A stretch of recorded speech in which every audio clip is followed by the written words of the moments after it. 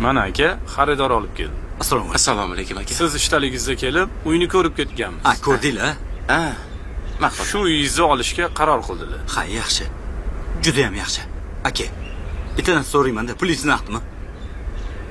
Naqd desa ham bo'ladi. Shu siz men ham 3 xonali uyimni sotyapman. Ustiga pul qo'shib, mana shu xonadonni olmoqchi edim aka. Hali uyingizga xaridor topib, uy sotgunizcha ancha vaqt o'tadi. Yo'q aka, xaridorlarim bor. Bor-a? Ha, faqat dokument ishlari sal ushab turibdi-da aka. U ham lekin bir haftada bo'ladi aka.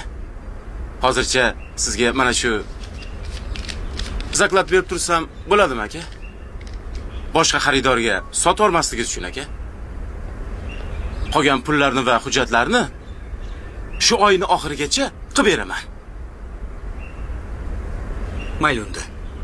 To'g'risini aytsam, men bu uy sotgandan keyin boshqa uy topishim kerak. O'shaning uchun so'rayapman-da. Demak, masala hal.